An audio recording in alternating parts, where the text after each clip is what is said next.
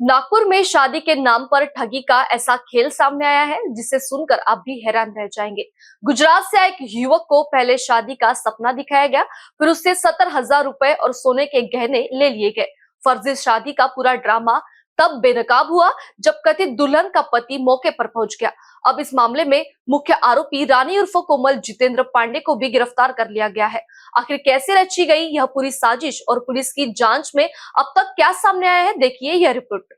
गुजरात के भावनगर निवासी आकाश जितेंद्र पारेख ने तहसील थाने में शिकायत दर्ज कराई थी कि उन्हें नागपुर में शादी कराने का भरोसा देकर बुलाया गया। यहाँ मुख्य आरोपी रानी उर्फ कोमल जितेंद्र पांडे ने एक युवती नम्रता रितेश मालविया से मुलाकात कराई और शादी के लिए पैसे देने की बात कही।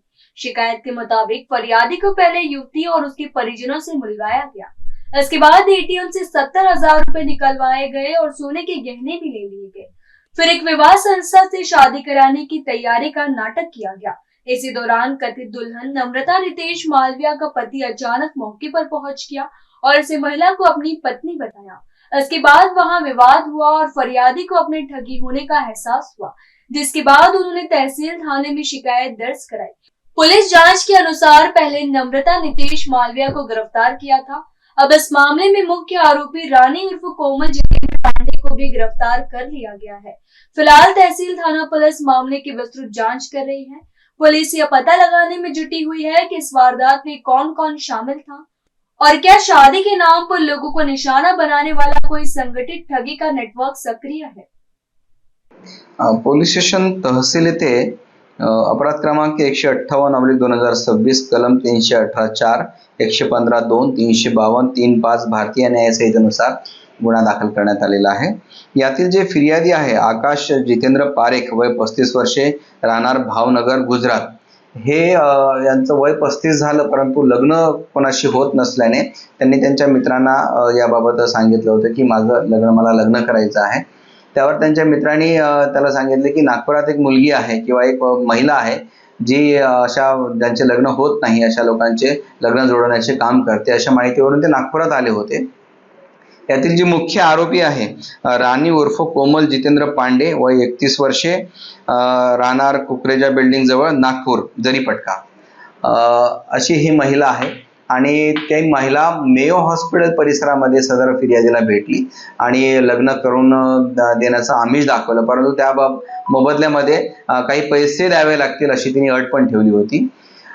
त्या मुलीला पण जी नियोजित वधू होती, म्हणजे तिचं नाव आहे नम्रता रितिक मालवीय, वय 21 वर्षे, ही सुद्धा महिला ती सोबत घेऊन आली होती। परंतु फिर्यादीने असं सांगितलं की मुलीचं घर, तिचे आई वडील हे सगळे आम्हाला बघायचं आहे। त्यावरून सदर दोन्ही महिला आरोपी सदर फिर्यादीला कोराडी येथे घेऊन गेल्या होत्या। कोराडी येथे एका घरी त्यांनी मुली दाखवण्याचा कार्यक्रम केला। त्याच्यानंतर त्यांनी सांगितले की ठीक आहे, मी लग्नासाठी तयार आहे, परंतु तुम्हाला अगोदर पैसे द्यावे लागतील, असं फिर्यादीला सांगून येताना त्यांनी एटीएम मधून सदर फिर्यादीला 70,000 रुपये काढायला लावले आणि 70,000 रुपये त्यांच्याकडून घेतले आणि नंतर त्यांना सांगितले की बर्डीमध्ये एक विवाह संस्था आहे, तिथे आपण जाऊयात आणि तिथे लग्न लावूयात। आणि तिथे सुद्धा पोहोचल्यानंतर ते टाळाटाळ करायला लागले। तेवढ्यात सदर जी नियोजित वधू होती, म्हणजे ज्यापूर्वी अटक झालेली नम्रता रितिक मालवीय, हिचा नवरा अचानक तिथे आला आणि तो त्या फिर्यादीला म्हणायला लागला की माझी पत्नी तू परत लग्न कसं काय करतोय, असं करून वादविवाद घातला आणि सदर फिर्यादी सोबत वाद घालून तो त्याच्या पत्नीला घेऊन आणि इतर सगळ्यांनी तिथून पसार झाले। तेव्हा फिर्यादीकडून त्यांनी सोन्याचे दागिने सुद्धा घेतले होते। फिर्यादीला नंतर फसवणूक झाल्याचं लक्षात आल्यानंतर फिर्यादी पोलीस स्टेशन तहसील येथे आले होते आणि आम्ही 20 मार्च 2026 ला गुन्हा दाखल केला होता। त्यामध्ये मग तात्काळ आम्ही नम्रता रितिक मालवीय अशा एका महिलेला अटक सुद्धा केली होती। परंतु यातील जी मूळ आरोपी आहे रानी उर्फ कोमल जितेंद्र पांडे, ही आम्हाला वारंवार गुंगारा देत होती, परंतु आमचे जे PSI तपासी अधिकारी आहे PSI महेंद्र वासनिक यांना खात्रीशीर माहिती मिळाली की सदर महिला कुठे येणार आहे। तात्काळ त्यांनी स्टाफसह जाऊन त्या महिलेला ताब्यात घेतला आणि तिला अरेस्ट करून काल माननीय न्यायालयात हजर केला असता माननीय न्यायालयाने 5 दिवसाचा PCR दिलेला आहे।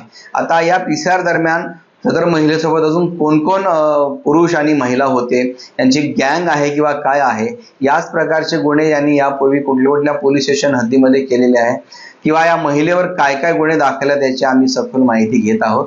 म्हणजे लुटेरी दुल्हन अशा स्वरूपातच हे प्रकरण आहे.